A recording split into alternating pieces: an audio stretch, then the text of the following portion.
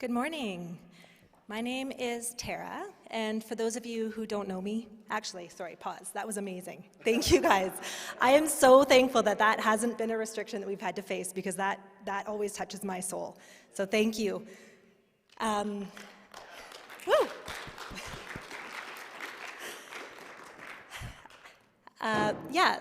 My name's Tara. I am the program director of the kids program here at Friends Church.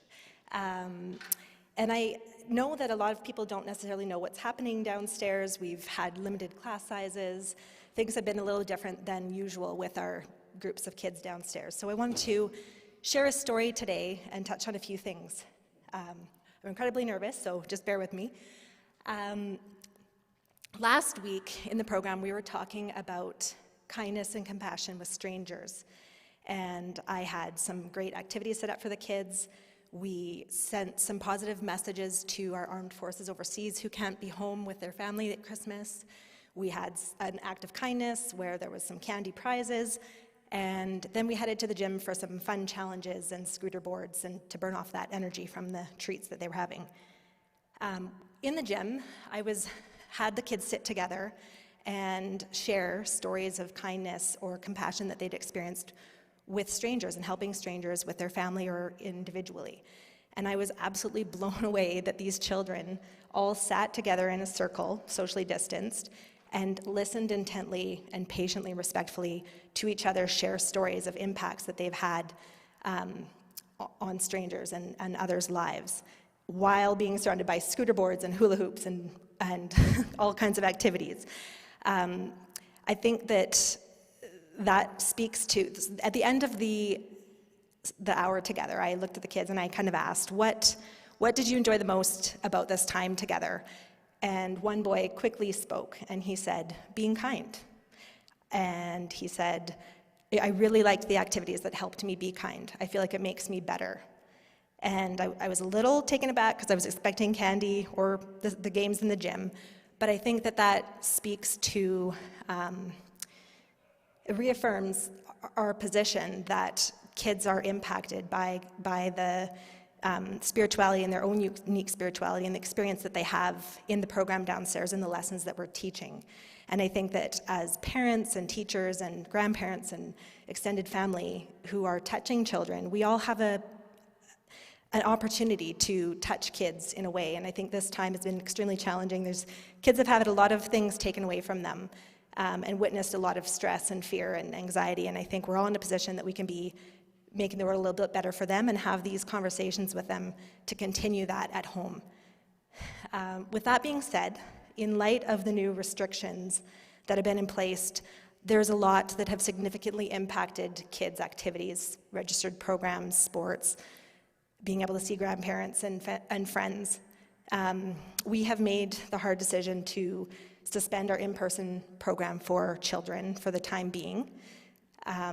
We just feel that that's the right decision based on the restrictions that are in place.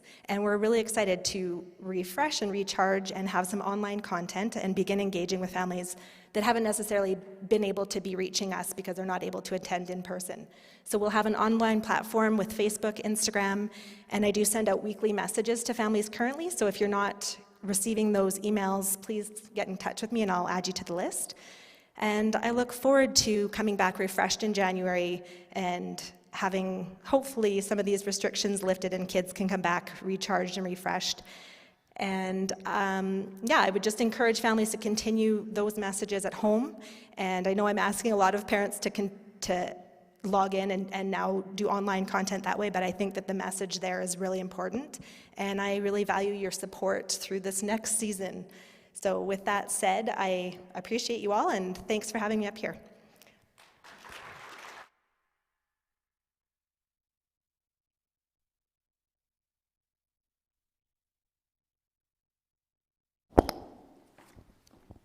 Good morning, everybody. My name is Josh. Welcome to those of you who are here in person and came out to see us live, and welcome to those people who are watching us live virtually, wherever you are, whether you're sitting on your couch or with friends, wherever. This is a time that we call charitable giving. This is about how we can continue to donate to Friends Church to keep all of what's going on here up and running. We have obviously live streaming, and that takes a certain amount of resources. Putting on a show like this every Sunday takes a certain amount of resources, and it's important that we make sure that we continue to keep that going. You can log into our Friends Church app or go online to friendschurch.ca and click donate, and you can follow the pathway to where you can keep us going through one-time donations or even pre-authorized giving, which means every month you give a little so we can keep doing a lot. I'd like to focus in on one special event. Every year at Friends Church, we do something called Christmas hampers. And what we do is we provide Christmas to those who may not be able to provide Christmas to themselves in a way that's meaningful.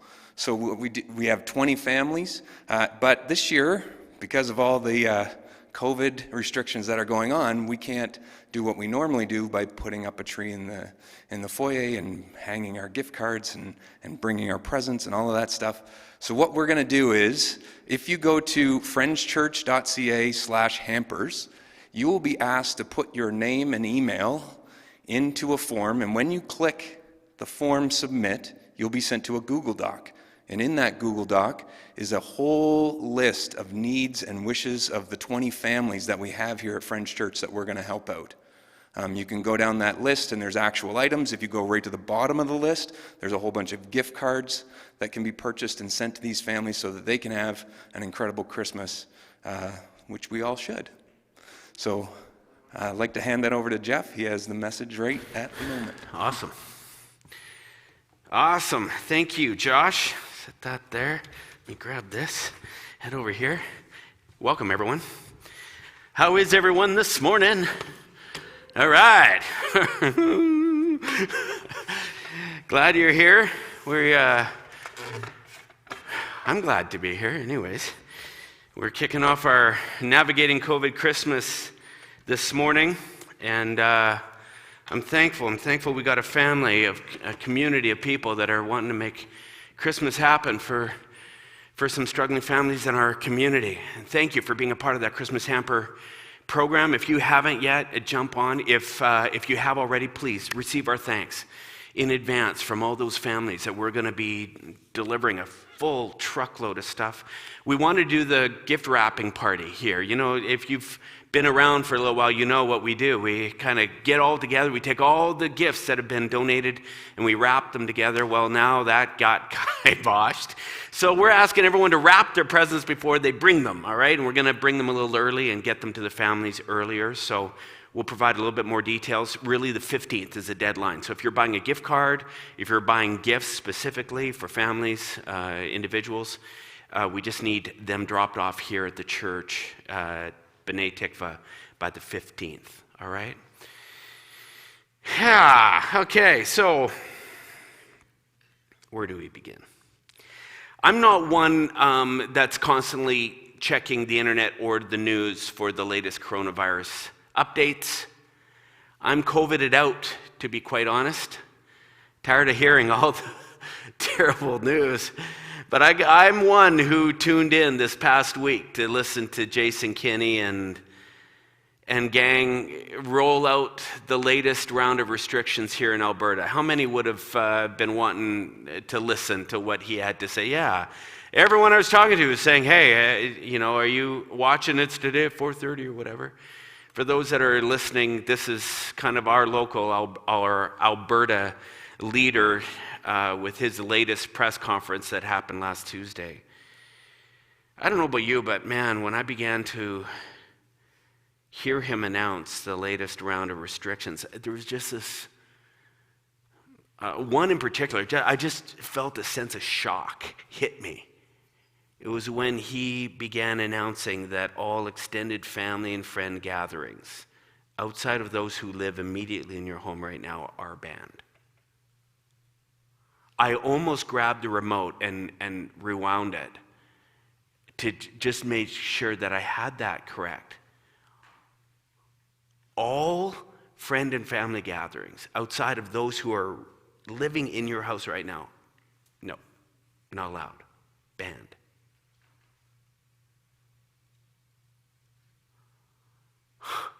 It's like, whoa. Now I know that this has happened in other parts of the world already. We're maybe late to the party on this one.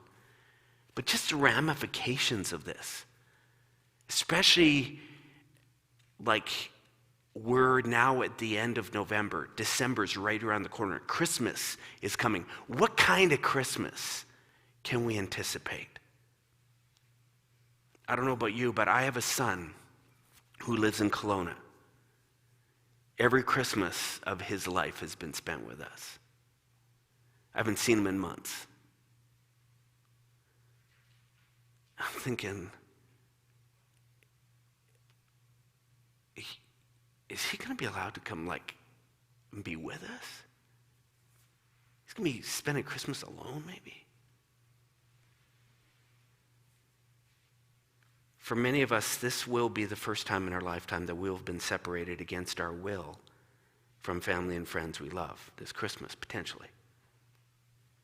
Collectively, humanity around the world will struggle under record levels of loneliness and anxiety, record levels of financial pressure and isolation. Man, what a far cry from those idyllic Christmas images. Christmas card images and scenes in mall windows that have been perpetuated annually since we were young. I mean, Christmas is going to look different. No large family game nights and gift exchanges, big turkey dinners with all the cousins and family gathered around the dining room tables. Not all is calm, and not all is bright. But if I was being really honest with you this morning, I'd have to admit that this won't be the first time that Christmas has failed to live up to the expectations that I had going into it.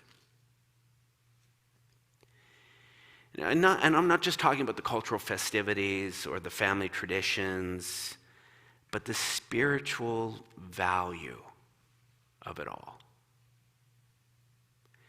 You know, Christmas Eve, it's one of the most attended church services on the planet, Christian churches around the globe. Christmas occupies the most time in real estate of the entire church calendar, in most any Christian church. You would think that this theme, this season, must be so impactful. You know, there was a period that began for me about 11 years ago where I was just wrestling and reevaluating a lot of the beliefs that I was raised with. And the spiritual meaning behind Christmas fell under scrutiny for me. You know, all the Christian Christmas messages of the birth of the Christ child that I was raised with. You know, when you really start excavating and pulling up this stuff, start saying what's the real story here? How did this really all go down? My excavation began revealing some issues. You know, they don't even think Jesus was born on December 25th. You know, they think, probably it was sometime in the spring. I go, what? Are you kidding me? You mean this isn't even his birthday? I remember reading some scholars' articles on the virgin birth story of Jesus and how it wasn't original to the Christian religion.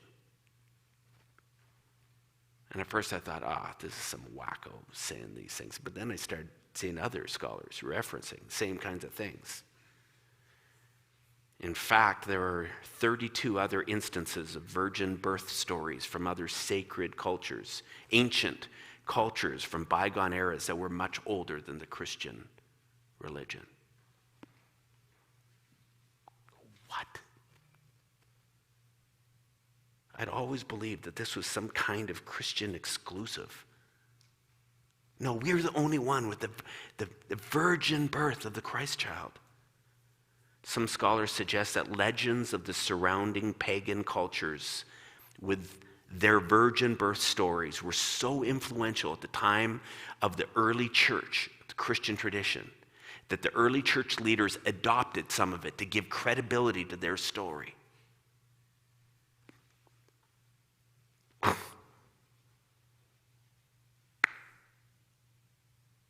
And the timeline issues. The wise men likely didn't show up at the stable. They figured it could have been up to at least 2 years after. What? Jesus was ripping around in diapers and that's when they show up? I'm just like, okay, wait a second. Not to mention that the idea of these wise men following a star that was like shining like a flashlight on the ground, leading to Bethlehem. They go, come on. Technically, doesn't work like that. Just everywhere I looked, I was finding problems. I'm like, come on, give me a break. I could go on and on about the dodgy parts of the literal story. They say the best way to kill a good story is to try to take it too literally. And I am guilty. I'm guilty. I'm the guy that sits there watching some Jason Statham movie and I'm going, oh, that could never happen, right there. And then my boys are going, Dad, shut up, all right, really. Just follow the story. I'm going, I can't. This is just annoying. There's no way he could. Where's the jump that makes him drive that motorbike over that railing on that bridge and then land on a train that's moving full steam and not fall off? No, I just, the literal parts just get me sometimes. I go, oh, come on, now I can't believe this thing. What do you do with a Christmas when you no longer can believe all the technical, little literal details as you read them?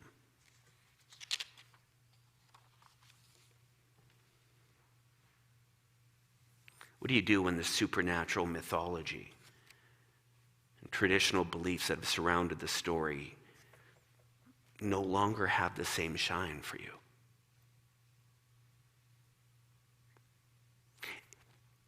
Is there a way that the Christmas story can be meaningful again?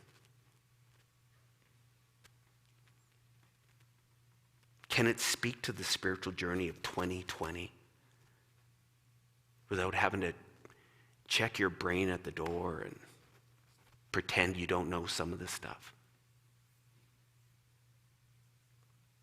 These are the questions I was wrestling with about 11 years ago. And perhaps there's some that are listening to me right now, whether it's here live or on the podcast or live stream, that are struggling in the same way. And I got to say, I'm excited. I'm excited to be able to say that every year since that time, about 11 years ago, I have figured out some way to be able to stand up here at this season in December. It's November technically right now, but leading up to Christmas, and tell you that it's possible. It's been possible for me. But it required a fresh look that made the Christmas story more meaningful, more relevant than it's ever been for me. And I want to show you how it can work, both historically and through what we call a more than literal lens on this thing. This morning I want to show you the angle, the lens that worked for me to make this story pop. But probably more than anything, to speak to my reality. I think this story is more relevant to us today in 2020, in the middle of a pandemic world, than it's ever been. If you've lost some of the shine, some of the spiritual value of Christmas, I'm glad you showed up today. Today was your day, because I think I might be able to help with you. You know, a big part of the disconnect of this original story for me was the picture-perfect images that surround the telling of the Christmas story. Like everywhere I turned, historically, like way back images that they would create, like this one here. This is the way the Mother Mary was depicted in art. This is referred to as Theotokos. This picture kind of engenders Mary is the God-bearer, the one who gives birth to God, the mother of God. There's pictures of the shepherds. It's just these postcards that you just go, oh, that's so cute. That's so perfect. Images that are like fairy tale pictures, something you would see on a postcard, but they're not real life. It's not like, what? Welcome to 2020, pal. We don't have that here anymore. The events of the story chronicled through art and music just seem so supernatural. It's like God was so tangible at one time, divinely inspired, so simple and perfect. The world was just different. It was so simple. We didn't have the problems we had today. But in actuality, when you start excavating and you start looking at the story at the time that it was written and told, history tells a much different story. And there's details in this story that don't get a lot of airplay. At least they didn't throughout my lifetime. But they make a difference. They made a difference for me.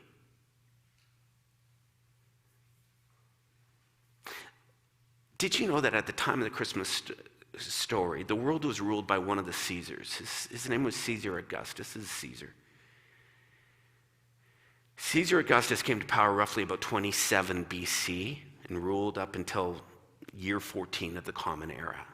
The Christmas story happens at a time in world history when this man ruled literally the entire known world.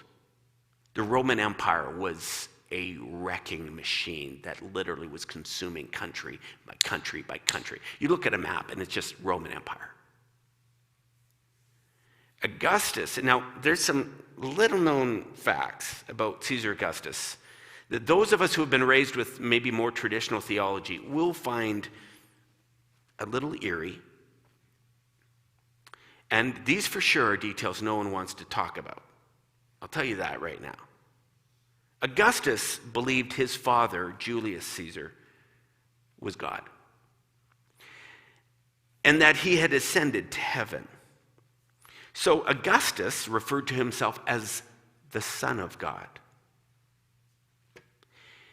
They sang hymns to him, worshiping Augustus as the Son of God incarnate in the flesh, ruling on earth. Any of this sound familiar? It gets better. You would offer incense to Caesar Augustus, and through his priests, they would believe that you received forgiveness of your sins. Your guilt would be washed away. Interesting, isn't it? In fact, one of the phrases that he made popular during Augustus's reign was, "There is no other name under heaven by which men can be saved other than that of Caesar Augustus." Not Jesus. Wait, what? When the Roman army would come to your village, they would say something like this: "Caesar is Lord." To which you, if you were smart, you would say, "Yes, Caesar is Lord." If you didn't, they would either slaughter you right on the spot or they would crucify you. Records can be found of the empire crucifying 3,000 people in one shot, crushing a resistance that had formed in one pocket. The Roman Empire was ruthless, and you pledged loyalty to Caesar Augustus, or you died. Now, in doing so, you also then became a slave to the empire, which meant you fell under their back-breaking taxation system. People's incomes were being taxed 80 to 90%. You think we got it bad? Pfft. People were losing pieces of property left, right, and center. Farms taken away, land being taken away, going into massive debt. In the land of Israel, where the Christmas story centers, Caesar then appoints a king named Herod, and Herod is cut from the same cloth. This guy is ferocious. He slaughtered anyone who got in his way, which was kind of the Roman trend. You didn't put up resistance, you just died, right? If you read the literature from this time period, there was such a profound sense of despair and fatalism. It's like, the question was, is Caesar always going to rule? Is there anyone that will ever knock him off? Is Herod always going to be on the throne, ruling over us? Because he just kills and he kills and he kills, and then he just taxes and he taxes and he taxes, and the rich just keep getting richer, and all of us, like 99% of us, are getting ground to a pulp and growing poorer and poorer. To understand the Christmas story, you have to realize at that time, the Jewish people were gripped with fear and doubt and cynicism. They looked to heaven with such a dark level of cynicism. God, if you're so good, then why is Herod still on the throne? If you're so good, why is Caesar claiming to be God and getting away with it?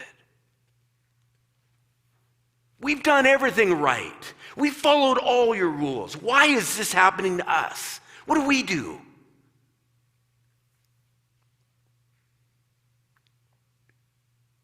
Let me just step back from the story. As we blur the lines between that story and our story today,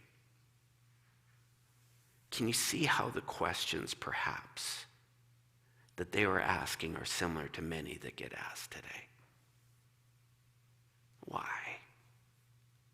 Why is this happening? Spoke with a couple business owners recently who are on the brink of financial ruin.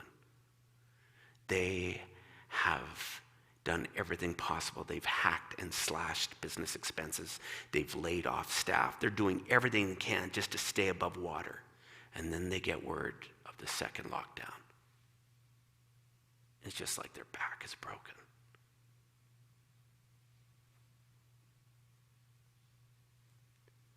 Begin thinking about all the minimum wage workers around the world right now who are hanging on paycheck to paycheck just to keep their families fed. And then this happens, and they get given their papers. And they don't have CERB payments. They don't have assistance by their government. The families that are starving, struggling. We all know, or we've all experienced firsthand stories that leave us asking, if God is so good, then why this? Why cancer, God? Why Dad? Why my kid? If you're so good, why the divorce? Why my screwed up family? Why the layoff?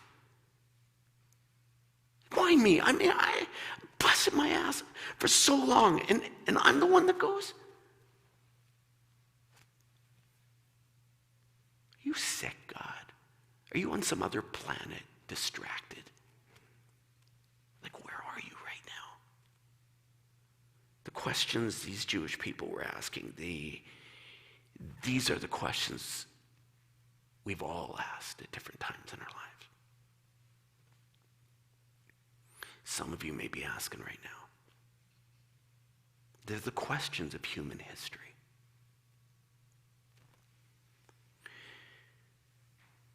And though we want to imagine that season, the Christmas, the original, the OG Christmas story, was the most wonderful time of the year, let me tell you something, that song wasn't playing.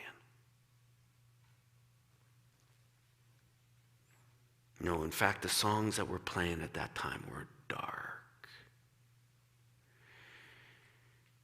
You know, this might sound sick, very morbid. They said, Jeff, you're being dark. Hey, me just telling the story in some weird, twisted way, knowing that there was such darkness at the time when this OG story was dropping, is somehow therapeutic for me. It's like, wow, I thought I had it bad. You know, it's like, whoa, that was bad. I wasn't as perfect as I was led to believe. These people were really suffering. That was far from this serene, tranquil environment. It almost, in some way, it helps make this story more credible, more relevant in light of the turbulent times that we may be facing in our world today. So there was this historical piece, of course, that I found interesting and strangely helpful. But then I began kind of applying the metaphorical lens to the details of the OG story.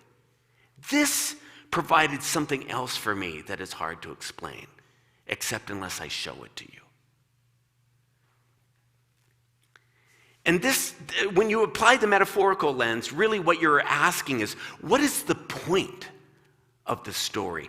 The storytellers of the original birth stories of Jesus were dropping details of this. They could have included a million details, but they couldn't. So they chose specific details. And the more I poured into this, the more I realized that I think the storytellers of the birth stories weren't so much concerned about the factual details, all of them, as much as they were, because they were trying to make very specific points within the story. So what were those points? Like, for example, the story begins with Joseph and his pregnant fiancée, Mary. Now, today there might not be a whole lot of stigma around a teenage pregnancy. You go, well, you know what, it happens. We watch it on MTV, you know, the girls make it. But back in that day, if you were the unfortunate recipient of a pregnancy out of wedlock, you want to talk awkward, you want to talk tense, stigma, you were sentenced to a life of misery. This is how the story starts. Here's Mary, a teenager, 9 months pregnant, and because of a census that's being taken, the two of them her and her fiancé, Joseph, have to travel to Bethlehem, a town that is situated about 150 kilometers away from where they currently live. 150 clicks, no big deal. Jump in the car, load up the minivan, and let's go. But there's no minivans, right? 150 clicks. Now, it's been a while since Kathy and I, we had kids. Almost 21 years since our last pregnancy. But as far as I remember, just 3 hours in the mall. Kathy's going, get me out of this. My dogs are barking. I go, yeah, hey, me too. I mean, my back's hurting. Let's get out. Try 150 clicks by foot or by animal. They figure by walking or by animal, it'd take you about 9 days. Imagine, pregnant, on an animal, let's say, best case scenario. You're sleeping in some crass lean-to tent, damp, cold. 9 days, how's that going over? Yeah, we're not happy campers by the time we arrive in Bethlehem. Only find out, whoa, the town is overrun. Overrun. Now, I'm just telling you details that the original hearers, when they heard, whoa, they're going from there to there, that would have been a nightmare. Today, it's a name on a page. Bethlehem, we don't know where that is. Let's move on. Luke tells us that while they were there in this foreign town, Mary goes into labor. Sure, Murphy's Law kicks in. They don't even have a place to stay. There's no doula, there's no doctor, there's no midwife. First child, too. Man, I tell you, I remember my first child. Jaden, oh man, I'm telling you, you talk about panic, fear, pain. And that was just me. Forget Kathy. Man, we're wanting a pro. I want someone in here. Tell us what we're doing. I want a coach. There's Mary and Joseph. So low. Interesting detail. Another interesting detail that the storytellers wanted to include that easily gets missed is that it's to some shepherds in a field that a huge angelic announcement is made about the coming Christ child. Now, we hear, oh, that's so sweet, so agricultural, to the shepherds. We don't realize that the storyteller's making a massive point here. Shepherds were the lowly of the low. Just imagine some illegal immigrant workers that are flying below the radar. They don't want anyone to know that they exist, and they don't. No one knows them. These people are making poverty wages, backbreaking work in the middle of obscurity. And the story wants to tell us that the angelic press conference was held in the field to them. The high and mighty are left in the dark. No, the announcement is made to these people who are considered nothing in their society. Now, I want to draw some points out to some of these details and what I think the points they might have been making. I'm going to get to some of them. But this one right here, I think the story is subtly pointing out that could it be that there was a new hierarchy being announced in this new kingdom? One that prioritizes and values those who have been ignored and diminished. These messages were coming out loud and clear to the initial hearers of the OG story. They're going, whoa, you mean Caesar didn't get the message? Herod didn't either. The people he's trying to squash, these people that were ignored in society,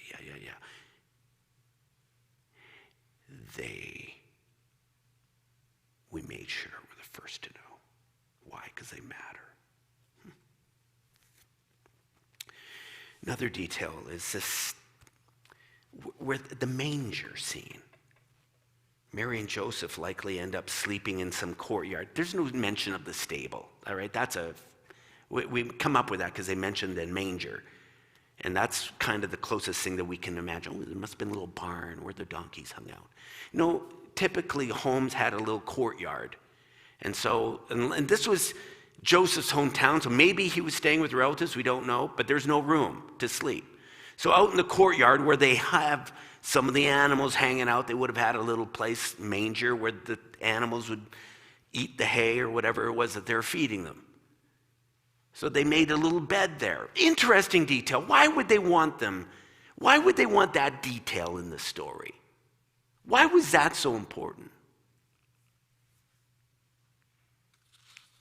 Can you imagine?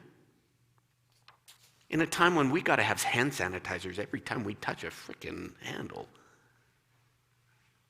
There they are in the middle of where the animals eat and everything else. You want to talk about germs? You want to talk about bacteria? You take a newborn baby and you put them in the middle of that? That's an interesting detail, isn't it? What's that about?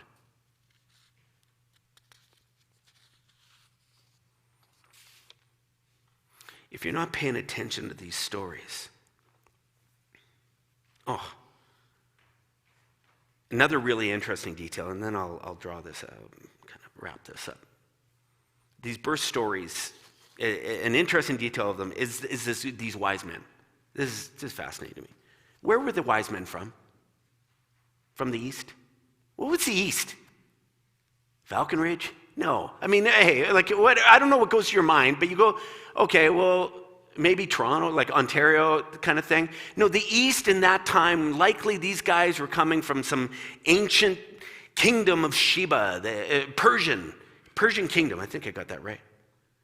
Arabian kingdom of Sheba, the Magi. They had followed the flashlight, right, to Bethlehem. what you don't realize, these men were not from Israel. They were not even from near. They were from a foreign land. They were following the stars because they were astrologers. They studied the dark arts of astrology. Now, I don't know about you. I grew up in Christian circles where astrology, no, that is bad. Anyone that says they're astrologer, Jeff, you avoid. I say, okay, those are the dark arts. Evil. Guys who are following the dark arts, following the flashlight, listening to, are apparently led by God to the Bethlehem, to the Christ child? What? Come on. That can't be. Why would the storytellers include that detail? That would have been confrontational. Did you know that Hebrew culture of that day, the practice of astrology was punishable by death? You want to watch Next Snap, you tell that detail in the story back in the time. People go, wait, what? These guys are from the East? Magi? Why would they include these details? Could it be that the storytellers were using these details, like this one, to say that the most unspiritual people, what you think are the most unspiritual people, in the most unspiritual places, are often the ones who are most available, perhaps the most open, the most responsive.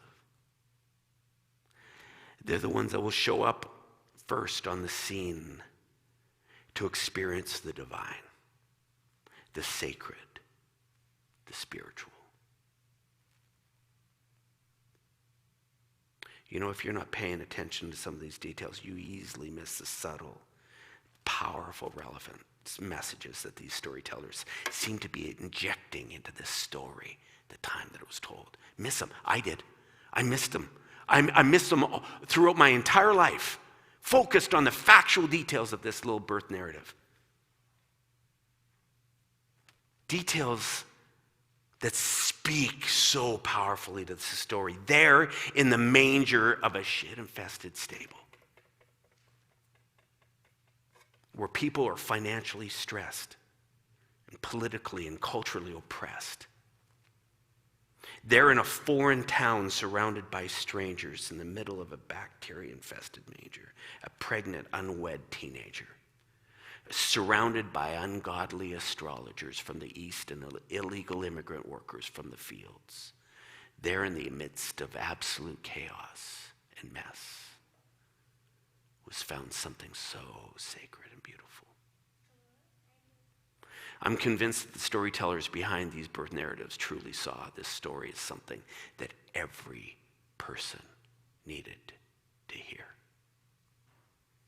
They were saying what the angels said to those shepherds: I bring you good news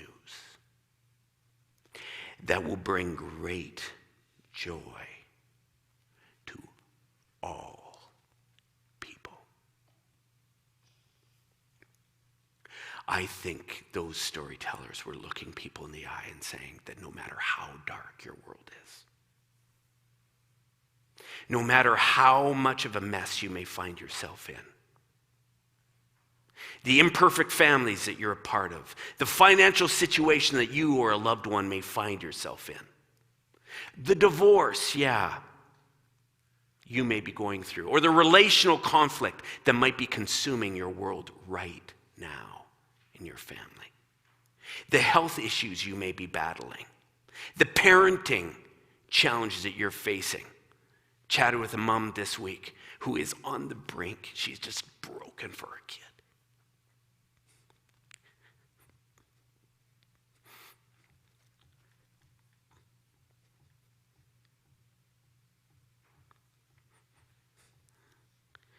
no matter what your parenting challenges, or your career challenge, the emotional or mental stress you're carrying this week.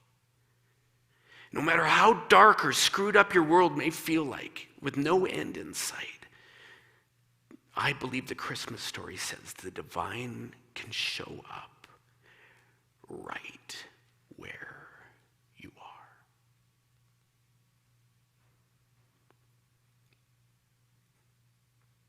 Its light can poke through.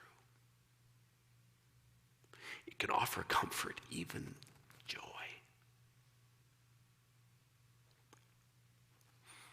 It can show up in the middle of it all just as a warm embrace for someone in your own home, just hugging you. It can come in the form, and we're going to watch it come in the form of grocery hampers and gift hampers this Christmas. It can show up like an unexpected phone call from a friend out of the blue that just says, I just want to say hi because I missed you. Can show up as the morning sunrise. As I was just kind of walking over my message this morning, I look over and there's a sunrise poking out and I go, oh.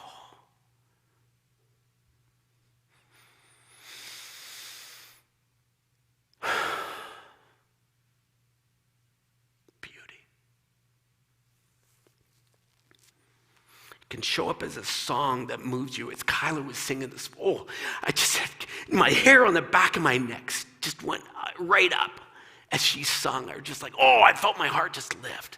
My soul just like I poured cold water into it. It can appear like, the sacred can show up as you're reading and turning the page of a book that has words on it that just ignites your imagination, or a podcast that just gets your mind out of the funk you're in. The divine can appear through the voice of another peer in your own support group. It can be the voice of your child that just says, I love you. Or a parent or a best friend. It could be a Facebook post wishing you a happy birthday. Or giving you a thumbs up. Someone just saying, I noticed you. The Christmas story no longer says my life has to be perfect and idyllic to experience what it's talking about. No. Rather, I believe the Christmas story, and you will hear me say this, Christmas after Christmas after Christmas. The Christmas story is a bold invitation to sit right where I am right now, with everything that is the way it is, regardless of dysfunction or darkness or mess or anxiety or stress.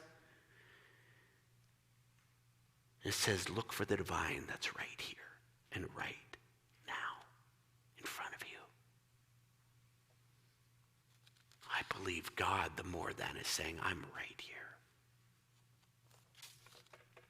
I don't know what your darkness or dysfunction might be this morning. And maybe you don't have any, for which I just go, you are so lucky. And you should be dancing. But if that's not the case, and you come to this podcast, you come in, or you clicked on YouTube this morning, and right now your heart is heavy, something is weighing on you. I don't care what it is. The good news is nothing has to change in your life for you to truly experience the sacredness. To experience the divine. Nothing. You just need to be willing to accept where you are and who you're with, or who you're no longer with, or who you won't be with this Christmas. Accept it. And open your eyes to what lies right around you right now. If you can do that, let me tell you something, there is true comfort and joy. So good news. I gave you a bunch of bad news to give you a bunch of good news. And you can thank me after for this, all right?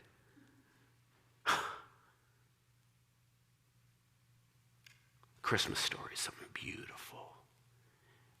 The more I look at it, the more I say, I don't know if it actually happened, but it's true.